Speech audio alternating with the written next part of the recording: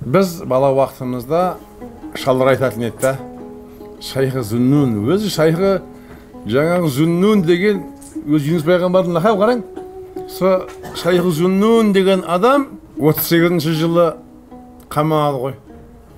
Сонда ла илаха илля анта субханака инни кунту миназ-залимин.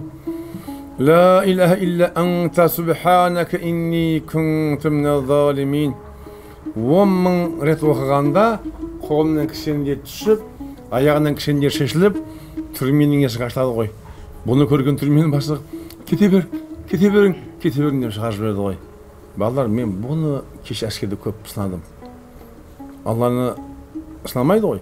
Бірақ бізге сондай бір жағалар жауылды, зұлматтар болғанда ешкім бұны шықпайды деген уақытында ше ла илаха илля анта субханака инни кунту миназ-залимин. Енді мен 10 мың рет оқыдым демеймін, мүмкін 100 мың оқыған шығармын, мүмкін аз оқыған шығармын, бірақ жүректен я Раббым, Жүніс пайғамбарды балықтың ішінен шығарған өзіңсің ғой. Раббым, мыналардан құтқаруға саған түк емес қой. Сенен басқа түгім жоқ менің Раббым.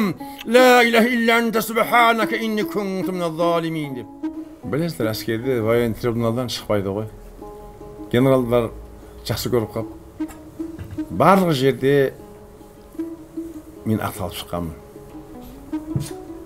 Ешкім ештеңе дей алмады. Соның барлық ақталу ана үлкендерінің жүрегіне Алла махаббат салдырып қойып, үлкен генералдарға. Болмаса мүмкін емес, оны қарасаңшы.